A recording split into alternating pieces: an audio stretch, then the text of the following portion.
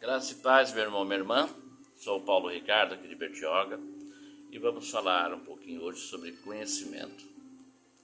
Encontrei com um amigo aí de infância, de juventude, amigo não, colega, E ele, surpreso, me encontrou e falou, poxa, como eu estava mudado.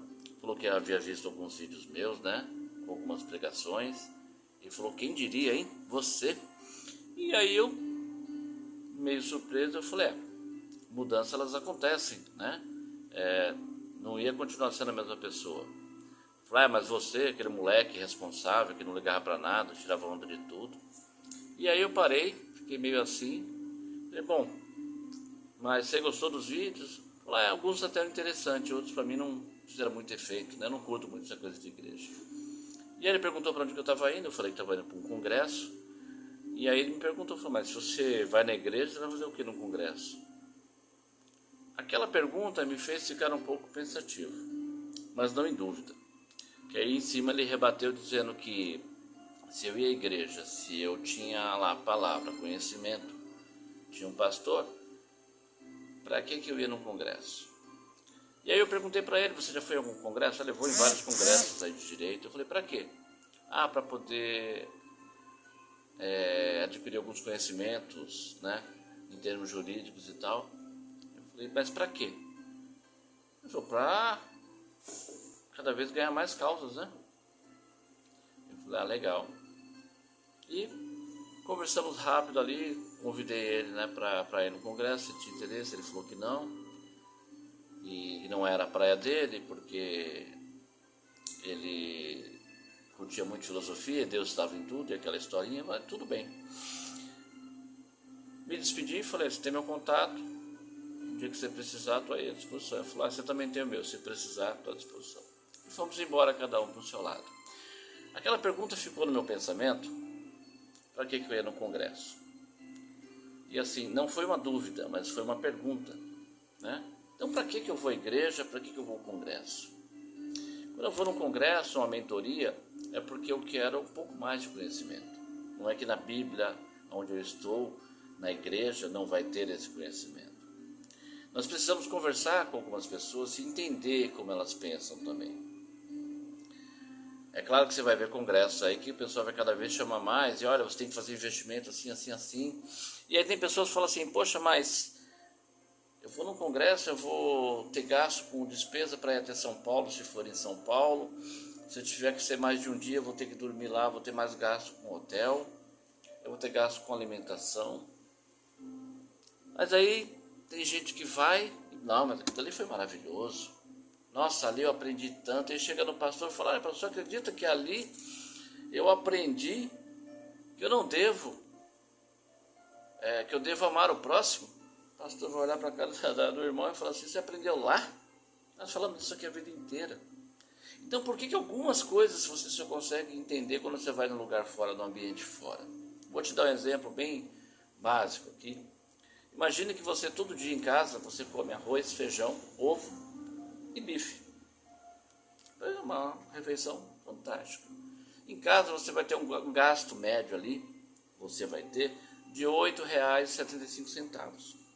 Aí você vai num restaurante. E chega no restaurante, você vai almoçar, você come a mesma coisa e pagou R$ 35. Mas aí você sai do restaurante dizendo que tempero maravilhoso, que isso, que aquilo. Você viu como servir o prato? Nossa, cheguei, rapidinho o almoço veio. E aí você fala, mas lá é R$ 35. Mas lá eu sou servido. Lá não preciso fazer comida, nem lavar louça. Pois é. Existem despesas que às vezes acontecem. E isso também é um investimento. Mas se você for todos os dias você for almoçar, a cada refeição que você paga fora é igual a 4 refeições na sua casa. Mas então eu não posso sair para almoçar fora? Pode. O que eu quero mostrar aqui é que muitas vezes nós investimos muito lá fora para comer e nós não aprimoramos aquilo que nós comemos em casa, o alimento que nós recebemos. Então às vezes você foi lá, você pegou um detalhe, poxa, pergunta para o cozinheiro, como é que você fez esse bife? Você vai começar a fazer algumas coisas diferentes. A palavra que vai ter no congresso, muitas vezes é a palavra que tem na sua casa, só que em casa você está com a cabeça em outro lugar. por isso você não consegue prestar atenção. Agora, quando você vai no restaurante, é diferente. Você se sente mais à vontade, você está só preocupado em sentar e comer, em receber. Restaurante, ele tem um livro de receita gigante. E na sua casa tem? A minha tem. Eu uso esse livro de receitas aqui, ó. Tem muitas receitas, muitos pratos diferentes para o mesmo alimento. Ensina como eu sentar, saborear e digerir. Entenda que para a pessoa mais esfomeada, o pão seco pode ser a melhor das refeições. Pode ser saborosíssimo. Agora, para aquele que está com a barriga cheia, pode vir a sobremesa que for. Que se ele comer, não vai cair bem, ele não vai digerir. Quando você está cheio demais, você não digere. Agora, quando você come ponderadamente e você consegue que o seu corpo absorva aquele alimento, você está saciado, você está disposto e tem uma boa digestão. Assim é na palavra. Às vezes você está tão cheio dos pratos que são servidos lá fora, que quando você está em casa você não quer saber, você olha para o prato, você não tem nem vontade de se alimentar dessa palavra. Porque lá fora tem glamour. Não estou dizendo que a sua igreja não possa ter glamour, não é isso. Aonde você vai não tem glamour. Não é isso. Você não deve apenas encantar os olhos. É bom você estar num lugar gostoso e agradável, sim, é maravilhoso. Você está mais confortável, você consegue assimilar melhor, porque nada te distrai. Agora, quando você está num lugar que é o seu lugar, e às vezes ele não está tão agradável, e acaba te distraindo, desconfortável, a cadeira que você está, o lugar que você está, os recursos, investe uma vez lá fora e 4 vezes dentro da sua casa. Começa a melhorar essas condições. O alimento que vai chegar a você, ele vai chegar e você vai conseguir digerir muito bem. Você vai conseguir servi-lo sem que ninguém torça o nariz. Lá em Provérbios 11:9 diz assim: o hipócrita com a boca danifica o seu próximo, mas os justos são libertados pelo conhecimento. Então você quer um alimento mais saboroso, o alimento é igual, mas é a forma que você prepara, é a forma que você o recebe que vai fazer a diferença. Então, para que isso aconteça, vá lá. Tenha mais conhecimento. Você vai descobrir que existem milhares de formas de se fazer um bife, de fazer um ovo. Por incrível que pareça, existem várias formas de se fazer um ovo. Um feijão, um arroz.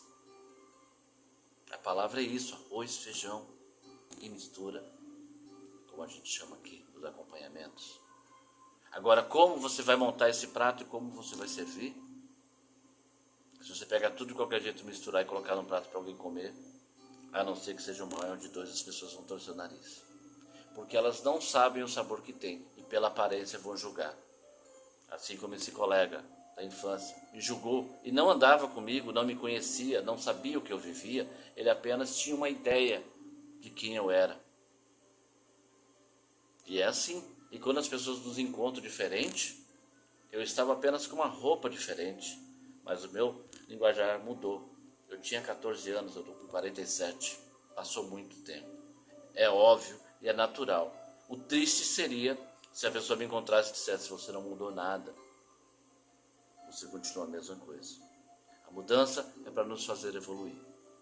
Amém? Deus abençoe a todos e um ótimo dia.